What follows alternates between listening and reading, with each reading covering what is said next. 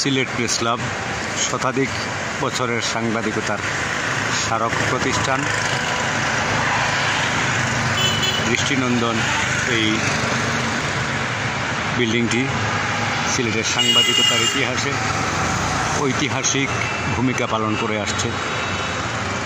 1965 সনের 13 July Sylhet press club প্রতিষ্ঠা লাভ করেছিল। সেই থেকে আজ অবধি এই প্রতিষ্ঠানটি সিলেটের সাংবাদিকতার অঙ্গনে ভূমিকা পালন করে আসছে। এখানে অনেক কীর্তিমান মানুষের আগমন হয়েছে।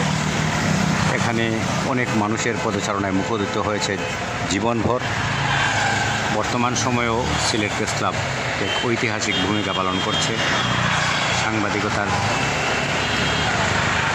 মর্যাদা রক্ষা, পেশাগত মান উন্নয়ন এবং অন্যান্য সকল ক্ষেত্রে সদস্যদের স্বার্থ সংরক্ষণে এই প্রতিষ্ঠানটি দীর্ঘদিন টিকে থাকুক, এটি আমাদের প্রত্যাশা। 2024 সালের আজকে 15 জুন এই দিনটি স্মরণীয় হয়ে থাকুক। ভিডিও ধারণ করেছি আমি মোহাম্মদ ফয়সাল আলম, সিলেট প্রেস ক্লাবের একজন সদস্য।